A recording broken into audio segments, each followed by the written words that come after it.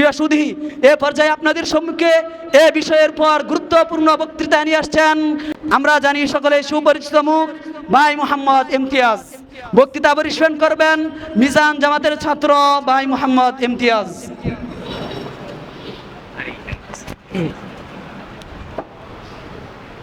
আসসালামু আলাইকুম ওয়া রাহমাতুল্লাহি ওয়া বারাকাতুহু। নাহমাদুহু ওয়া নুসাল্লি আলা রাসূলিহিল কারীম, আম্মা বা'দ।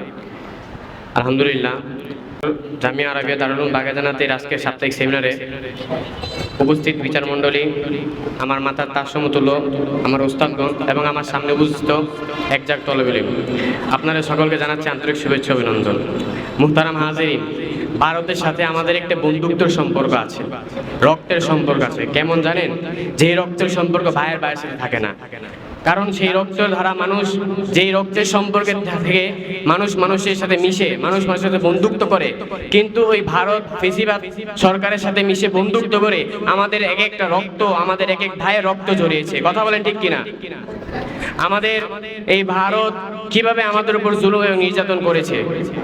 বিভিন্ন বর্ডারের মধ্যে যারা আমাদের মুসলমান ভাইরা ছিল তাদেরকে হত্যা করেছে, গুলিতে আহত করেছে, মেরে ফেলেছে বিভিন্নভাবে মানুষদেরকে। এবং এই ভারত আমাদের উপর তার হিন্দুত্ববাদ প্রতিষ্ঠা করার জন্য বিভিন্নভাবে এরকম পরিকল্পনা চালিয়েছে। সেই সাহায্য করেছে কে? আমাদের ফেসিবাদ সরকার।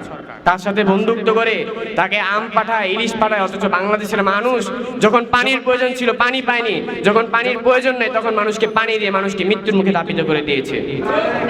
অতএব ভারত সরকার যেভাবে ছাত্ররা বাংলাদেশ স্বাধীন করেছে, অতএব ওইরকম ভাবে ভারতকেও প্রতিহত করতে ছাত্ররা বিন্দু পরিমাণে পিছিয়ে যাবে না।